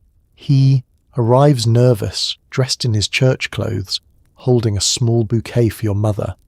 Your father shakes his hand and asks about his job, his plans, his family. Your mother serves pot roast and mashed potatoes and watches him carefully to see if he has good table manners, and you sit there, caught between two worlds, hoping everyone behaves. The preparation for this meal has consumed your mother for days. She has polished the good silver, ironed the tablecloth, prepared dishes she reserves for special occasions. The house has been cleaned to a level of perfection that seems almost painful, every surface gleaming, every cushion plumped, every stray magazine carefully stacked. She wants everything to be perfect, not to impress him necessarily, but to show him that your family values tradition, order, that you come from good people who know how to do things properly. You set the table with trembling hands, arranging the plates and silverware with geometric precision. You're younger. Siblings have been warned multiple times to be on their best behaviour. Your father has settled into the living room with the newspaper, affecting an air of casual unconcern that fools absolutely no one. The whole house vibrates with anticipation, with the understanding that this meal matters in ways that go far beyond food. When he arrives, your father answers the door with a formality that makes your stomach clench. The handshake is firm, assessing. Your father gestures him into the living room, and they sit together in a tableau of masculine evaluation, while you and your mother finish the final preparations in the kitchen. Through the doorway, you can hear their voices, your father asking questions in his measured way, his answering with respect and what you hope is the right amount of confidence. Your mother accepts the flowers with genuine pleasure, her face softening as she admires them. He has chosen well. Nothing too flashy, nothing too cheap, just a simple bouquet that shows thoughtfulness and respect. She puts them in a vase and sets them on the table as a centerpiece, and this small gesture feels like acceptance, like a door opening. When you're finally called to dinner, everyone takes their assigned seats. He is given the place of honor across from you, which means he faces your father at the head of the table, an arrangement that is both welcoming and strategic. Grace is said, longer and more formal than usual. Then the food is passed, and the real work of the afternoon begins. Your mother serves generous portions, urging him to take more, watching to see how he handles the food, whether he chews with his mouth closed, whether he waits for others to be served before beginning. whether he offers to pass dishes without being asked. These small courtesies matter enormously. Your father asks about his work, his education, his future plans, questions that sound conversational, but are really an interview, an assessment of whether this young man has the character and ambition to provide properly for a family. You barely eat, your stomach too tight with nerves to accommodate much food. You watch him navigate these treacherous waters, praying he will say the right things, that he will not mention anything too controversial, that he will strike the perfect balance between confidence and humility. Your younger brother asks inappropriate questions that make you want to disappear through the floor, but he handles them with good humour, earning points with everyone at the table. The conversation ranges across safe topics: the sermon from this morning's service, the weather, the upcoming county fair. Your mother mentions that you helped her bake the pie for dessert, subtly highlighting your domestic skills. Your father mentions, seemingly casually, that a man needs to be able to support a family before he takes on that responsibility, and everyone at the table understands exactly what he is really saying. Dessert is served with coffee, and the atmosphere relaxes slightly. Your mother's pie is perfect, as you knew it would be. Compliments are offered and accepted. Your father leans back in his chair, and you recognize this as a sign that the worst is over, that he has made his assessment, and it was not entirely unfavourable. Your mother begins clearing plates, and you rise to help, and he rises too, asking if he can assist, which earns him a warm smile from your mother and a slight nod of approval from your father. After the dishes are done, you are allowed to sit together on the porch swing while your family discreetly withdraws, though you know they are watching from the window. The afternoon sun is warm, the street quiet, and for the first time all day, you can breathe normally. He takes your hand, and the relief in his face mirrors your own. "We survived," his expression says, "and you did. Together." In an era before texting, before instant messaging, before email, communication between dates happens through letters and handwritten notes, carefully composed and delivered with all the weight and ceremony of something tangible. He writes you letters on lined notebook paper, folded into neat squares and passed to you at school, or mailed to your home with your name written on the envelope in his careful handwriting. The letters are not long, not elaborate, but they are sincere. He tells you he enjoyed Saturday night. He tells you he is thinking of you. He signs it with his name, and sometimes, if he is feeling bold, with a small phrase, "Yours truly, fondly, affectionately." You keep these letters in a box under your bed, tied with a ribbon, and sometimes you read them again late at night when the house is quiet. The act of writing a letter is itself an act of devotion, requiring time and thought that instant communication does not demand. He sits at his desk in the evening, a blank sheet of paper before him, and considers what he wants to say. Every word must be chosen carefully, because once written, it cannot be unsent, cannot be edited, cannot be deleted and revised. The permanence of ink on paper makes the process both more terrifying and more meaningful. His handwriting reveals something about him, whether he is meticulous or hasty, whether he takes time with his letters or rushes through them. You learn to recognize his hand on an envelope, the particular slant of his script, the way he forms his capital letters. When you see that familiar writing in your mailbox, your heart lifts before you even open it, because you know that he took time to think of you, to sit down and translate his thoughts into words, to trust those words to the postal service and hope they reach you safely. The letters arrive at unpredictable intervals, sometimes 2 in 1 week, sometimes none for 10 days. This irregularity makes each one more precious. You save them all, reading them multiple times, analysing every sentence for meaning, every phrase for affection. When he says he had a nice time, does that mean he wants to see you again soon? When he signs it fondly, does that mean his feelings are growing stronger? You consult with your best friend, reading passages aloud, interpreting and reinterpreting, finding layers of meaning that he probably never intended but that feel real nonetheless. You write back on pastel stationery, your best penmanship deployed, each letter a small work of art. You tell him about your week, about the test you took or the book you're reading or the funny thing your little sister said. You ask him questions, giving him material to respond to in his next letter, keeping the conversation going across the distance. You end with your own careful signature, choosing your closing words with the same deliberation he used with his. Sometimes you spray a tiny bit of perfume on the page before folding it, a subtle reminder of your presence. Notes passed at school are different, quicker and more immediate but still carrying weight. He folds a piece of paper into a small rectangle and passes it to you between classes, and you unfold it in the hallway to find a simple message. You look pretty today. Or, can I call you tonight? These notes are brief, almost telegraphic, but they sustain you through long school days, little reminders that you are on his mind even when you are apart. The physicality of these letters matters. You can hold them in your hands, feel the texture of the paper, see the evidence of his effort in every word.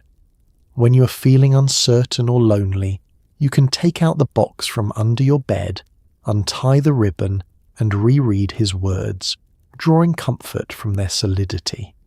These letters are proof, tangible and undeniable, that what you feel is real, that he cares for you, that you matter to someone.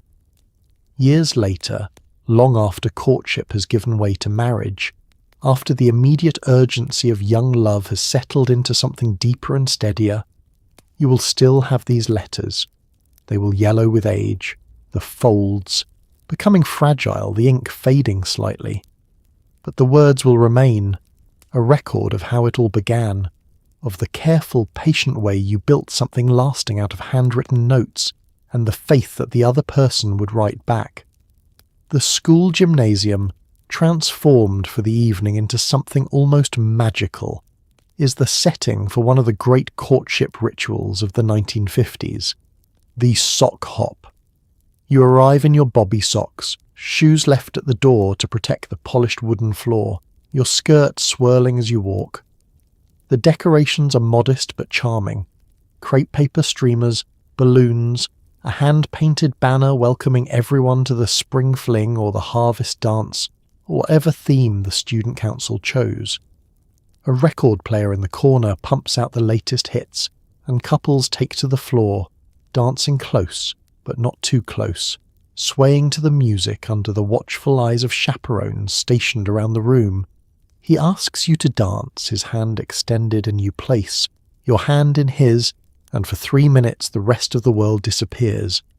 The gymnasium smells different tonight, less like sweat and floor wax and more like perfume and hair tonic, hundreds of teenagers all trying to smell their best. The basketball hoops have been raised to the ceiling, temporarily suspended like the normal rules of this space. Tables along one wall hold punch bowls and cookies, carefully arranged by parent volunteers who now stand guard to ensure no one spikes the punch, though rumours persist that someone always finds a way. You stand with your girlfriends near the entrance, all of you pretending not to watch the door for the boys you hope will ask you to dance. Your dress is new, or new to you. Something your mother helped you pick out, or something altered from your sister's closet. The full skirt uses yards and yards of fabric, and underneath it you wear layers of crinoline that make a satisfying swish when you turn. You have spent an hour on your hair and another hour on your makeup, and now you wait, trying to look both approachable and desirable, available but not desperate. When he finally approaches, cutting through the crowd with visible determination, your friends scatter with knowing smiles, giving you space. He's wearing clean slacks and a pressed shirt, his hair slicked back with pomade, and he looks nervous and handsome and completely focused on you. "Would you like to dance?" he asks, and his voice cracks slightly on the word dance. And this small vulnerability makes you love him a little bit more. You take his hand and let him lead you onto the floor. The song is something slow, something romantic, and he places one hand carefully on your waist while the other holds your hand at shoulder height. You rest your free hand on his shoulder, and together you begin to sway, finding a rhythm, learning to move as one unit. He is not a particularly good dancer, neither are you, but that does not matter. What matters is the closeness, the fact that this is allowed, sanctioned, a socially approved way to touch each other in public. Around you, other couples move in similar orbits, each pair lost in their own bubble of connection. The chaperones walk the perimeter of the dance floor, watching for any couples who are dancing too close, any hands that wander to inappropriate places, but they are discreet in their vigilance, understanding that this is a special night, that young people need these rituals to learn about romance and connection. Between songs, you stand together at the edge of the floor, not quite ready to part, and he asks if you would like some punch. You walk together to the refreshment table, and he ladles 2 cups, handing you one with the same care he might use handling something precious. The punch is too sweet and slightly warm, but you sip it gratefully, needing something to do with your hands, some way to occupy the space between dances. When a fast song comes on, the energy in the gymnasium shifts. Couples break apart, and everyone bounces and spins with less structure, more freedom. You dance in a loose circle with him and your friends and his friends, all of you laughing and showing off, the girls' skirts flying out in perfect circles, the boys attempting moves they have seen on television, and mostly failing, but failing joyfully. These moments are pure fun, uncomplicated by the tension of slow dances, and they remind you that courtship is not all serious and heavy, that it can also be light and silly and full of laughter. As the evening wears down and the final slow song begins, he pulls you a little closer than before, and this time you let him. Resting your head briefly against his shoulder, breathing in the scent of his aftershave mixed with teenage sweat and gymnasium air. The lights have been dimmed slightly, and the crepe paper streamers cast soft shadows on the walls. You're tired and happy, and already a little nostalgic for this night, even though it is not over yet. When the last song ends and the overhead lights come back on, harsh and bright, you blink like someone waking from a dream. He walks you to where your parents are waiting in the parking lot, and even though the evening's ending, even though you are being returned to the ordinary world of curfews and Monday morning classes, something has shifted between you. You danced together, you held each other, and everyone saw it and approved, and that makes you official in a way that feels both thrilling and terrifying, a public declaration that you belong, at least for now, to each other. Church in the 1950s is not just a place of worship, it is a social institution, a community hub, a place where young people meet under the safest, most respectable circumstances imaginable. You see him every Sunday morning, sitting 3 rows ahead with his family, his hair still damp from the morning shower, his suit jacket fitting him just right. After the service, everyone lingers on, the front steps chatting in the sunshine, making plans for the week ahead. That is where he approaches you, casually, as though it is an accident, though you both know it is not. He asks if you will be at the church picnic next Saturday. You say yes. Your mother, standing a few feet away, smiles quietly to herself. She knows exactly what is happening. The rhythm of church provides a structure to courtship that feels both natural and inevitable. Every Sunday you see each other, a reliable touch point in the week, a guarantee of contact that does not require planning or phone calls or elaborate arrangements. You can count on seeing him there, can prepare yourself accordingly, can make sure you wear the dress that makes his eyes linger just a moment longer. During the service, you're acutely aware of him sitting ahead of you, the back of his neck visible, his shoulders square in his jacket. You try to pay attention to the sermon. You genuinely try, but your mind wanders, imagining what he's thinking, whether he's aware of your presence behind him, whether he will speak to you afterward. Sometimes he turns his head slightly, as if checking something, and you catch a glimpse of his profile, and your heart does something complicated. The youth group provides additional opportunities for interaction. Wednesday evening meetings, Friday night socials, volunteer projects that bring young people together under the benevolent supervision of church leaders who understand that part of their job is facilitating appropriate romances among the congregation's young people. These activities are wholesome, structured, and safe. Painting the fellowship hall, organising a food drive, planning the Christmas pageant. But they also provide hours of proximity, of working side by side, of conversations that happen naturally in the context of shared purpose. Your parents approve of courtship that happens through church, because church is safe, because the values are clear, because everyone involved is presumably a good Christian who will treat you with respect. When he asks your father if he can take you to the church ice cream social, your father agrees more readily than he might if the invitation were for something secular. Church-related activities carry an automatic seal of approval, a built-in assumption of propriety that makes parents on both sides more comfortable. The church picnic becomes a milestone in your courtship. He helps carry the heavy baskets from your family's car, earning grateful thanks from your mother. During the meal, the adults sit at one set of tables while the young people gravitate to another, and you end up beside him, your plates touching, your conversation flowing easily in the company of other couples and friends. After lunch, someone suggests a walk down to the creek, and a group of you go, paired off naturally, and he takes your hand to help you down the steep bank, and somehow that hand-holding continues even after you reach level ground. The pastor, young and recently married himself, keeps a friendly eye on the young people in his congregation. He knows who is courting whom. He offers premarital counselling when couples get serious. He performs weddings for people he has known since childhood. Their courtships having unfolded under his gentle supervision, nurtured by the community of faith that brought them together. There is a purity to courtship that begins at church, a sense that it is blessed from the start, that God himself has had a hand in bringing you together. Whether this is literally true or simply a comforting belief, it adds weight and meaning to what might otherwise be dismissed as teenage romance.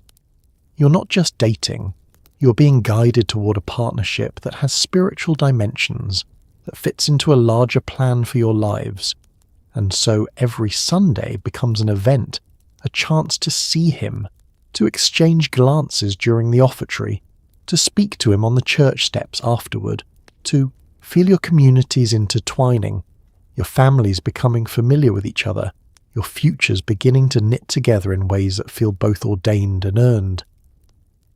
The malt shop is your generation's gathering place, a bright, noisy, joyful space where the jukebox plays constantly, and the air smells like grilled cheese and vanilla milkshakes. You sit in a corner booth with him, the red vinyl seats cracked but comfortable, the table slightly sticky from decades of spilled sodas. He feeds nickels into the jukebox, letting you pick the songs, and when something slow comes on, he reaches across the table and takes your hand just for a moment. The other kids are here too, talking and laughing and stealing fries from each other's plates. And there is a sense of belonging, of being part of something larger than yourselves. This is your place, your time, your world, and it feels like it will last forever. The malt shop has been here for as long as anyone can remember. Family owned, passed down through generations, and it wears its history in every scuff mark on the floor and every chip in the counter. The owner knows most of the kids by name, knows their usual orders, tolerates a certain amount of rowdiness because he remembers being young himself, remembers spending his own evenings in places just like this. The booth you sit in has become your regular spot, claimed through repeated occupation, and other couples respect this unspoken territorial agreement. Your initials might be carved somewhere in the wood, added to the dozens of other pairs of initials that date back years, decades even. A record of every couple who ever sat here holding hands and believing their love was the most important thing in the world. The jukebox is the heart of the malt shop, a glowing shrine to music that dominates one corner of the room. It is always playing, a constant soundtrack to teenage life, cycling through the top hits and old favourites and occasional surprises when someone picks something unexpected. He lets you choose most of the songs, watching your face as you study the selections, making note of what you pick so he can learn your taste, so he can surprise you later by requesting your favourite when you're not looking. The music fills the space, competing with conversation and laughter and the clatter of dishes, creating a wall of sound that somehow makes private conversation possible, as though the noise provides cover for intimacy. You lean across the table to hear him better, and he leans in too, and suddenly you are close enough to see the exact colour of his eyes, to notice the small scar on his chin, to feel his breath when he speaks. The food is simple but perfect. Hamburgers and fries, grilled cheese sandwiches, milkshakes in metal cups so cold they sweat condensation onto the table. You order a vanilla shake and he orders chocolate, and then you trade halfway through, that easy intimacy of sharing becoming second nature. He steals a fry from your plate and you pretend to be annoyed, and this small ritual of mock protest and shared food becomes one of the many private jokes that accumulate between you. Around you, the malt shop hums with teenage energy. Someone in another booth celebrates getting their driver's license, and everyone cheers. A couple breaks up dramatically at the counter, and within 10 minutes, everyone in the place has heard about it and chosen sides. Someone plugs a dime into the jukebox and plays the same song 3 times in a row, and by the third repetition, everyone is singing along. The whole shop united in this moment of shared musical obsession. The hours slip by unnoticed. You arrived planning to stay for an hour, maybe 2, but somehow 3 hours pass and you are still here, still talking, discovering new things about each other, laughing at stories about school or family or the future. The malt shop exists outside of regular time, operating on its own logic, where the only thing that matters is connection, community, and the perfect sweetness of a vanilla milkshake shared with someone who makes your heart beat faster.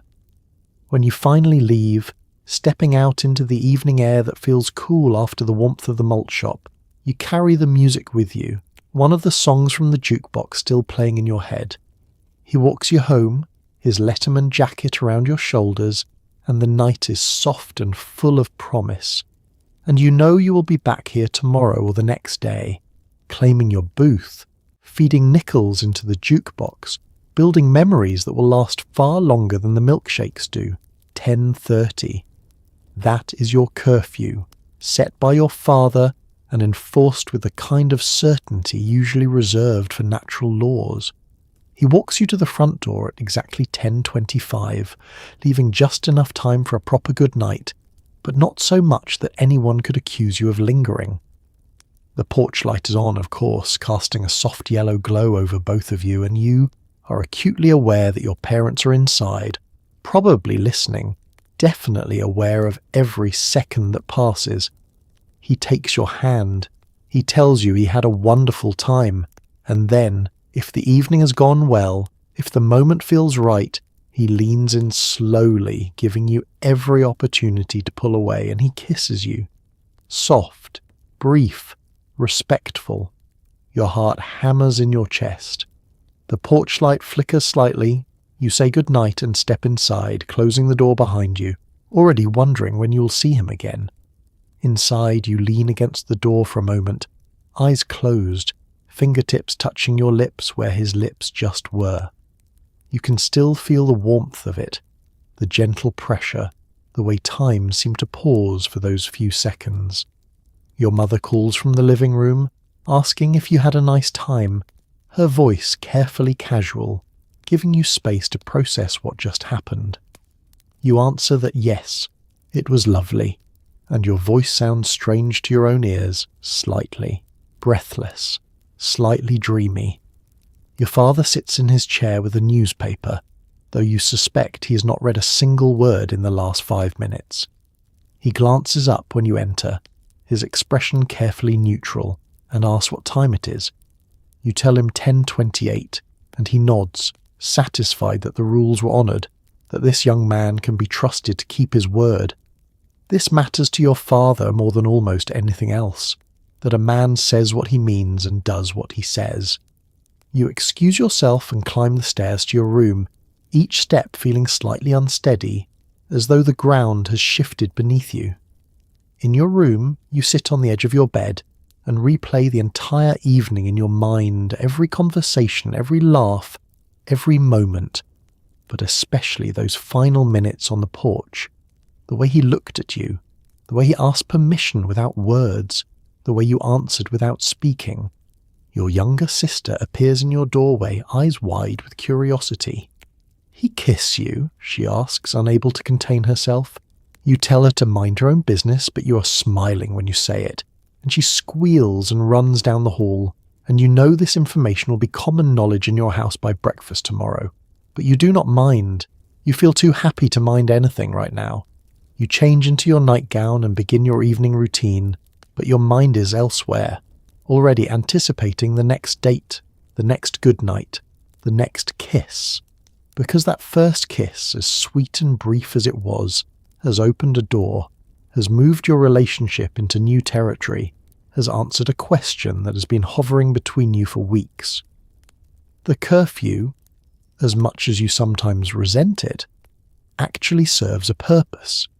It creates a natural ending point, a moment of parting that prevents evenings from dragging on into awkwardness or exhaustion. It gives structure to courtship, boundaries that make both sets of parents comfortable and that force young couples to make the most of the time they have. Every minute matters when you know exactly when the evening will end. You lie in bed, the house quiet around you, and touch your lips again, remembering. Tomorrow he will call, or perhaps he will wait a day to avoid seeming too eager. Either way, you know that something has changed tonight, that you have crossed a threshold together, that the careful, patient courtship is progressing exactly as it should. The kiss was not rushed, or awkward, or disappointing. It was perfect, because it was earned through weeks of getting to know each other, through patience and respect and genuine affection. Outside your window, the neighbourhood is dark and peaceful. Somewhere down the street, another girl is probably lying in her own bed, touching her own lips, replaying her own goodnight kiss. This is what courtship looks like in 1950s America. Careful, gradual, full of small milestones that feel momentous because they are treated as momentous, and as you drift towards sleep, you feel grateful for the structure, for the slowness, for the way every step forward has meaning and weight, and the promise of something lasting. After months of careful courtship, after Sunday dinners and soda fountain dates, and long conversations on the front porch swing, there comes a moment when he decides to ask you to marry him. This is not a spur-of-the-moment decision. He has been saving for a ring, a modest one but real, with a small diamond that catches the light when you turn your hand. He has spoken to your father privately, man to man, and received his blessing. And now, on an evening that feels both ordinary and momentous, he drops to one knee and asks you the question that will change both your lives.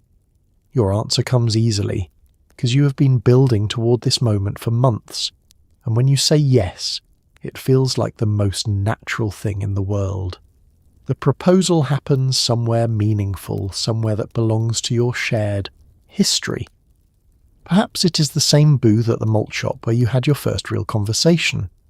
Perhaps it is the front porch where you have spent so many evenings talking until the fireflies came out.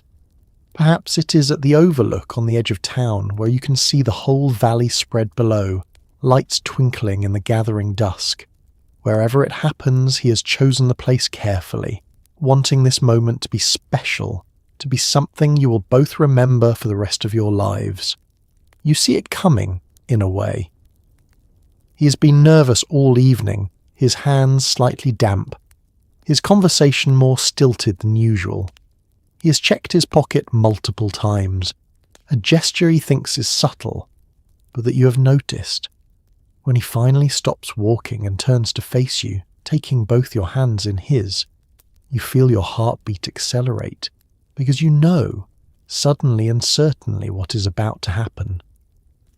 His proposal speech is not eloquent or perfectly rehearsed. He stumbles over words, loses his train of thought halfway through, has to start again. But this awkwardness makes it more real, more genuine, because you can see how much this matters to him, how terrified he is that you might say no, even though you have been going steady for months and everyone already assumes you will eventually marry. He tells you that he loves you, that he cannot imagine his future without you in it, that he wants to build a life together, to have a family, to grow old side by side. When he drops to one knee, fumbling slightly as he pulls the small velvet box from his pocket, you feel tears prick your eyes. The ring is beautiful, more beautiful than you expected, and you can see in its modest perfection all the hours he worked to afford it, all the thought he put into choosing it, all the hope he has invested in this moment. He asks, his voice shaking slightly, if you will marry him. Your yes comes immediately, without hesitation, because there has never been any doubt in your mind. You have known for weeks, maybe months, that this was where you were headed, that he was the one, that your careful courtship was always leading toward this commitment. He slips the ring onto your finger, and it fits perfectly, because he secretly borrowed one of your other rings to get the size right, a detail that makes you love him even more. You kiss then, longer and deeper than you have before, because you are engaged now, because the rules have shifted slightly, because this is a celebration of a promise made and accepted. When you finally pull apart, both of you are laughing and crying at the same time, overwhelmed by the enormity of what has just happened, by the future that has just opened before you. The drive home is a blur of happiness and disbelief. You keep looking at the ring on your finger, watching it catch the light from passing street lamps, unable to quite believe this is real. He holds your hand across the bench seat, squeezing gently every few seconds as though reassuring himself that you are still there, that you still said yes, that this is really happening. When you arrive home, your parents are waiting, because he told them what he was planning, because your father gave his blessing days ago, and your mother has been on pins and needles ever since. They see the ring on your finger before you even say anything, and your mother bursts into tears, and your father shakes his hand with real warmth, welcoming him properly into the family. Your younger siblings crowd around, wanting to see the ring, asking a million questions about the wedding, about where you will live, about everything. That night, lying in bed with the ring on your finger, you cannot sleep. You keep holding your hand up in the darkness, watching the tiny diamond catch stray bits of light. You're engaged. You're going to be married. The courtship that began so carefully, so tentatively, has led you here, to this commitment, to this promise of forever. And while part of you is terrified of the enormity of it, a larger part feels only peace, certainty, rightness. Because when courtship is done properly, when you take the time to truly know someone, when you build trust and affection and respect over months and years, rather than rushing toward physical intimacy, the decision to marry feels not like a leap into the unknown, but like a natural next step, the inevitable conclusion to a story that was always heading here. Courtship in the 1950s requires a kind of patience that has largely disappeared from modern life. You cannot rush intimacy. You cannot skip steps. You cannot fast forward through the awkward early dates to get to the comfortable part. Everything unfolds in its own time, according to rules and rhythms that feel almost ceremonial. And while this slowness can be frustrating, there is also something beautiful about it. Because when love develops slowly, when trust is built through weeks and months of small, consistent gestures, when you get to know someone through hours of conversation rather than carefully curated profiles, what you build together has a different kind of strength. It is the kind of love that lasts, not because it burned hot and fast, but because it was allowed to grow steadily, patiently, like a garden tended with care. The patience required is not passive. It is active, intentional, a daily choice to honour the process rather than rushing toward the destination. Every Friday night when he picks you up for a date, every Sunday afternoon spent with each other's families, every phone call where you talk about nothing in particular, you are building something. The foundation you are laying is made of these ordinary moments, these small accumulations of time spent together, learning each other's rhythms and quirks and dreams. There is frustration in this patience, certainly. There are nights when you want more than a goodnight kiss on the porch, when the physical restraint feels almost painful, when you wish you could skip ahead to the parts of life that come after marriage. But the rules hold you in place, and in holding you back, they also protect you. They protect you from rushing into something you're not ready for. They protect you from mistaking physical attraction for emotional compatibility. They protect your reputation and your future. The restraint is not arbitrary, it is purposeful. Your parents understand this patience because they lived it themselves. Your mother courted your father for 2 years before they married. 2 years of carefully supervised dates and gradual progression, from strangers to friends to sweethearts to husband and wife. She tells you, on an evening when you are frustrated by how slowly things are moving, that patience is not about waiting for something to begin. It is about being present for every moment of the beginning, about not rushing past the precious early stages in pursuit of some imagined destination. You learn to savour things. The first time he holds your hand becomes a memory you carry forever, precisely because it took weeks to reach that point. The first kiss, when it finally happens, feels momentous rather than casual. Every small progression, every new permission granted, every boundary carefully crossed.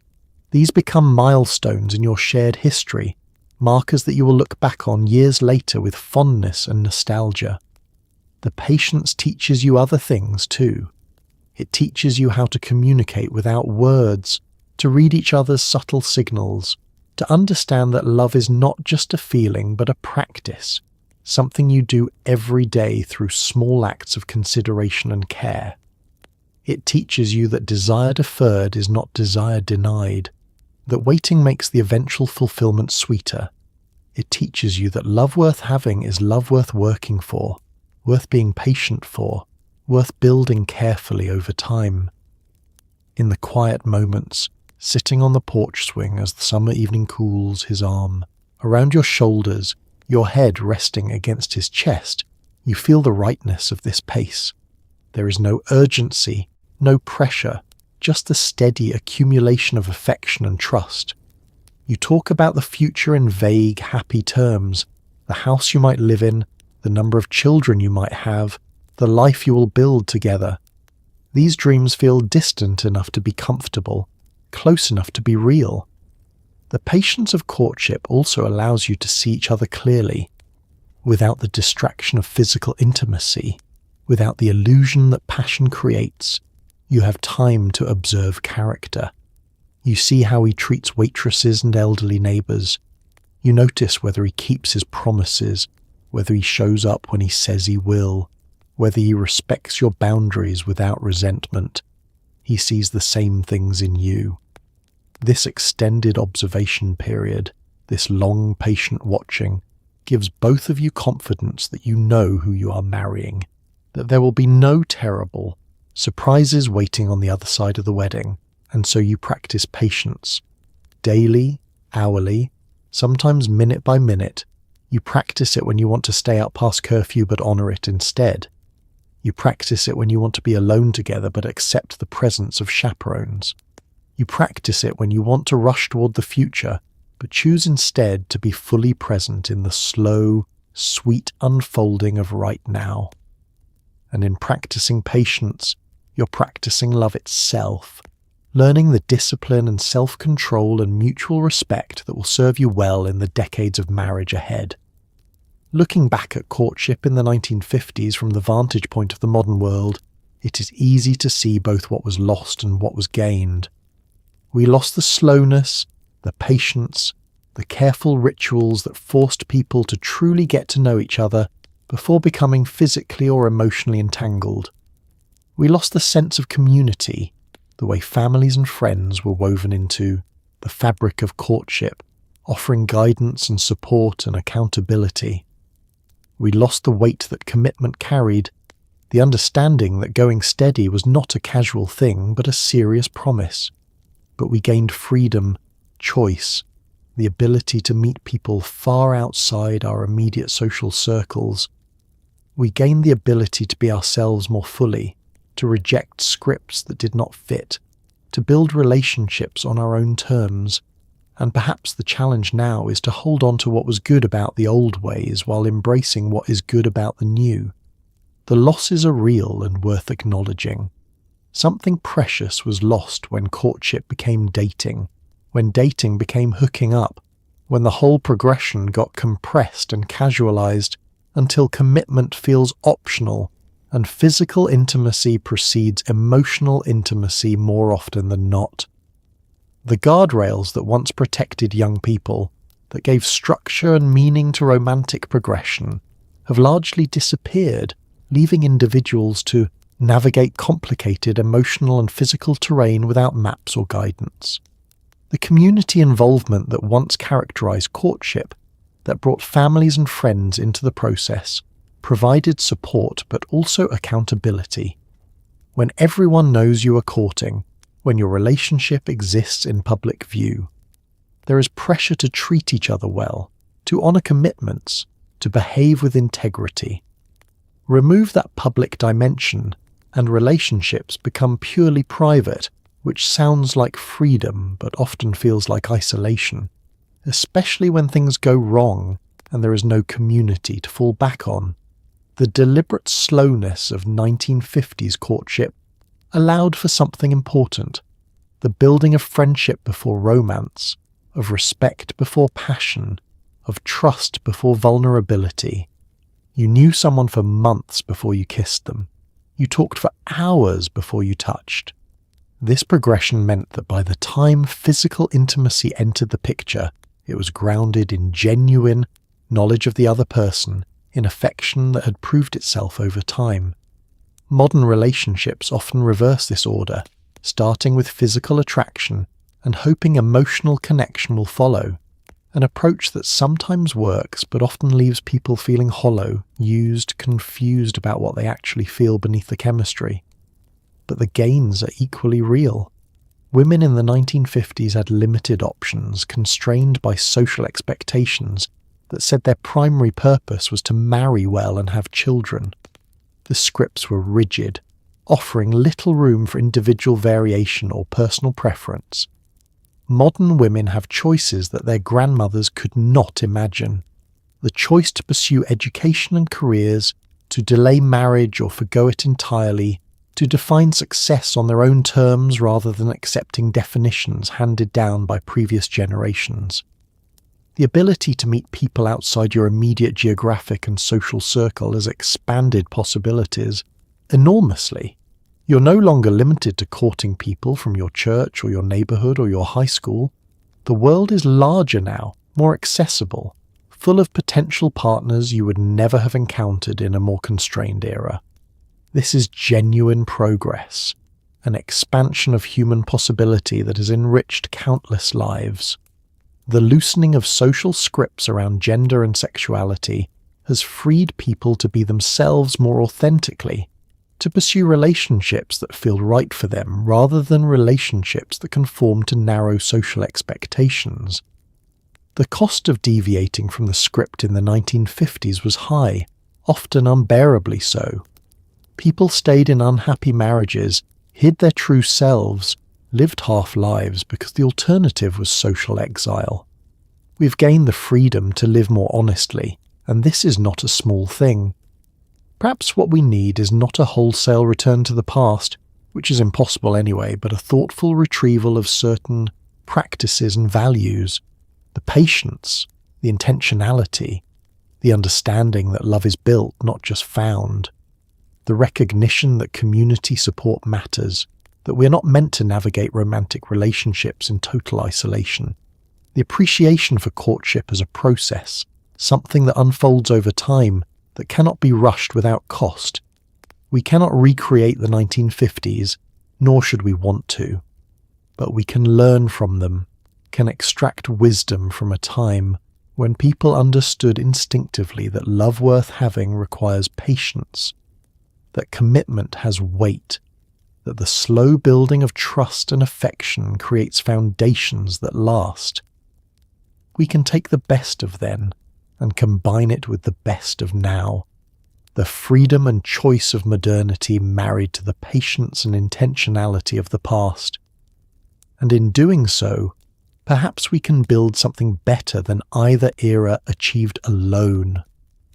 There is a quietness to courtship in the 1950s, a gentleness that feels almost foreign. Now, it is not dramatic or explosive or filled with grand gestures meant for an audience. It is small moments, the way he holds the door for you, the way you laugh at his jokes even when they are not that funny, the way your hands brush accidentally and then, later, on purpose. It is sitting on the porch swing on a warm evening talking about nothing in particular, while the fireflies blink in the yard and the radio plays softly through the screen door. It is the patience of waiting for a phone call, the thrill of seeing him across the room at a dance, the quiet certainty that builds over time when you realize this person sees you, truly sees you, and chooses you anyway. It is love built slowly, carefully, with intention and respect, and there is a beauty in that, a beauty that deserves to be remembered. The beauty lives in the restraint, in what is not said and not done, in the space between you that gradually over weeks and months closes until you can barely remember a time when you were not together. It lives in the long conversations on the telephone, the cord stretched across the hallway, your voice low so your family cannot hear everything you're saying, talking about your dreams and fears and the 1,000 small details of daily life that you want to share with him. It lives in the rituals that become tradition, the booth at the malt shop that everyone knows is yours, the song on the jukebox that makes you both smile because it was playing during your first date, the way he always offers you his jacket even when you insist you're not cold, the way you always accept it because wearing something that smells like him feels like being wrapped in his presence. The beauty is in the ordinary evenings that somehow become extraordinary through the alchemy of connection. You're just sitting together on your parents' couch, homework spread across the coffee table, supposedly studying for upcoming exams, but really just stealing glances at each other. Your feet touching beneath the table in a secret connection your mother pretends not to notice when she brings in lemonade and cookies. It is in the way your families gradually merge, the boundaries between his family and yours becoming permeable. His mother saves the comic section of the Sunday paper for you because she knows you love it. Your father loans him tools for a project. Your younger siblings start treating him like he already belongs, asking him to help with homework or to pitch during backyard baseball games. This slow weaving together of families is part of the courtship too, part of the foundation being built for a marriage that will be supported by community, not isolated from it.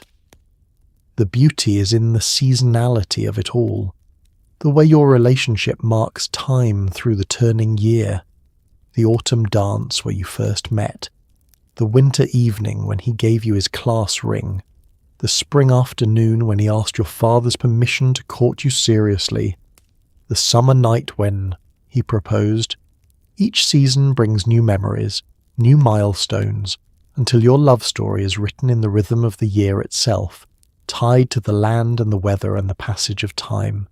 It is in the photographs, black and white, slightly out of focus, but capturing something real. You in your full-skirted dress, he in his suit jacket, standing in front of his car with his arm around your waist, both of you squinting slightly into the sun, smiling with the unself-conscious joy of people who are genuinely happy, who have no idea they're being documented for history, who are just living their lives and falling in love and believing, in that moment, that the future stretches ahead bright and limitless. The beauty is in the letters, saved in a box tied with ribbon, the paper yellowing now but the words still clear. I had a wonderful time Saturday night. I think about you all the time. I cannot wait to see you again. Simple words, not poetic or particularly profound, but sincere, carrying weight because they were written by hand with thought and care, and mailed with the faith that they would arrive and be treasured. And perhaps the deepest beauty is in what all of this builds. A marriage that begins not with passion alone, but with friendship, respect, genuine knowledge of who the other person is and what they value. When you marry someone you have courted properly, someone you have known in multiple contexts over an extended period, someone whose character you have observed and whose family you have come to know, you enter marriage with open eyes. There are still surprises, of course, still challenges and struggles and moments of doubt. But the foundation is solid, built brick by brick over months and years, and that foundation gives you something to stand on when the storms come. So tonight, as you remember what courtship looked like in 1950s America, remember the quietness, remember the patience, remember the small, careful ways that people built something lasting. Remember that love does not have to be loud to be real, does not have to be rushed to be powerful, does not have to be public to be profound. Remember that the best things are often grown slowly, tended carefully, protected fiercely. And carry that memory forward into whatever love looks like in your own life as a reminder that some old ways are worth preserving, that some lost practices are worth retrieving, that sometimes the path forward requires looking back to see what we left behind. Courtship in the 1950s has its own language of affection, spoken not through explicit declarations but through small, carefully chosen gifts that carry meaning beyond their monetary value. He brings you flowers, not extravagant arrangements, but simple bouquets picked from his mother's garden or bought from the corner stand, daisies that mean innocence, roses that suggest romance, carnations in pink that whisper, "I will never forget you." You press one flower from each, bouquet between the pages of heavy books, preserving them long after the rest have wilted, creating a botanical record of your courtship. When he gives you a charm for your bracelet, a tiny silver heart or a miniature book, you wear it constantly, touching it throughout the day like a talisman, a physical reminder that someone out there is thinking of you. The gifts are never expensive because expensive would be inappropriate, would suggest intentions that have not yet been openly acknowledged, would put pressure on a relationship that is still finding its footing. Instead, they are thoughtful, personal, chosen with care to reflect what he has learned about you through patient observation. A book of poetry because you mentioned loving frost, a scarf in your favourite colour, a record of the song that was playing during your first dance together. You give gifts too, though the rules are slightly different for young women. You cannot be too forward, cannot give anything that might be construed as overly romantic or possessive. So you bake cookies and bring them to him wrapped in wax paper and tied with string. You knit him a scarf in his school colours, each stitch an act of devotion, hours of work translated into something he can wear.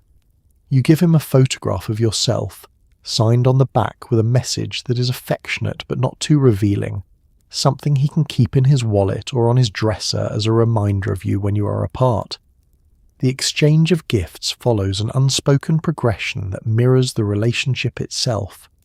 Early gifts are casual, almost impersonal. a candy bar shared after school, a magazine you thought he would enjoy. As the relationship deepens, the gifts become more meaningful. He gives you his school pin to wear on your sweater, a public declaration that you are his girl. You give him a photo of the two of you together, taken at the county fair, both of you laughing at something now forgotten, the moment captured and preserved. There is an art to giving gifts in this era, a delicate balance between showing affection and maintaining propriety. Too much too soon, and you risk seeming desperate or inappropriate. Too little, and you risk seeming indifferent. But when the balance is right, when the gift perfectly matches the moment and the stage of the relationship, it becomes a small, perfect expression of care, a way of saying I see you, I know you, I am paying attention without having to speak the words aloud. Your bedroom becomes a museum of these small treasures, the flowers pressed in books, the charms dangling from your bracelet, each one telling a story. The stuffed bear he won for you at the carnival, slightly shabby but precious because he spent $2 trying to knock down those milk bottles until he finally succeeded. The handkerchief with your initial embroidered in the corner, a gift from his grandmother that signals family approval. These objects are not valuable in any monetary sense, but they are priceless to you, physical evidence of affection, proof that this courtship is real and growing. When you're old, decades from now, you will still have some of these things tucked away in a drawer or displayed on a shelf. The pressed flowers will be brown and brittle, the charm bracelet tarnished, the photograph faded. But you will remember the feelings attached to each one, the particular afternoon when he gave you the daisies, the Christmas when the charm appeared in a small velvet box, the summer evening when the photograph was taken. The gifts are time machines, capable of transporting you back to moments when you were young and in love and everything felt new and possible. And perhaps this is the real gift, not the objects themselves, but what they represent. The attention required to choose them, the courage required to give them, the joy of receiving something chosen specifically for you by someone who cares enough to pay attention to your preferences and dreams in a world that increasingly treats love as something that happens in screens and text messages.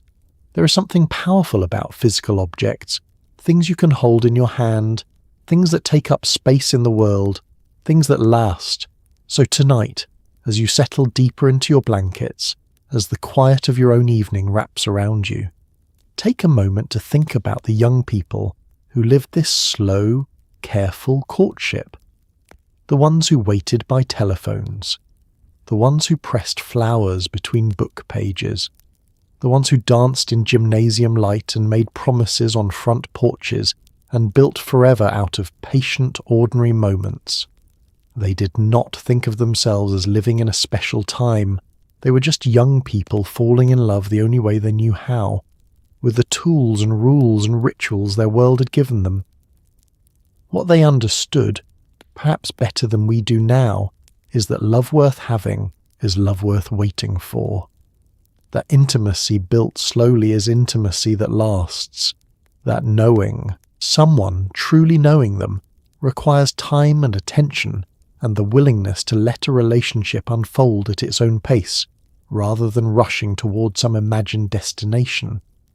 These are not old-fashioned ideas. They are timeless ones, waiting quietly to be retrieved, dusted off, and carried forward into whatever your own love looks like. So maybe tomorrow, or next week, or whenever the moment feels right, try something small. Write a letter by hand instead of sending a text. Wait an extra day before responding, letting anticipation build. Ask someone to dance, hold a door, choose patience over urgency. Notice the fireflies, sit on a porch swing and just talk, without screens, without distraction, giving someone the gift of your full attention. These small acts are not nothing. They are how love is built, brick by brick, moment by moment, promise by promise. History is not always dramatic. Sometimes it is just two people learning to move together, practicing the steps, building something that will last. And that is enough. That has always been enough. Sleep well. And may your own courtship, whatever shape it takes, be filled with patience, kindness, and the quiet beauty of time well spent.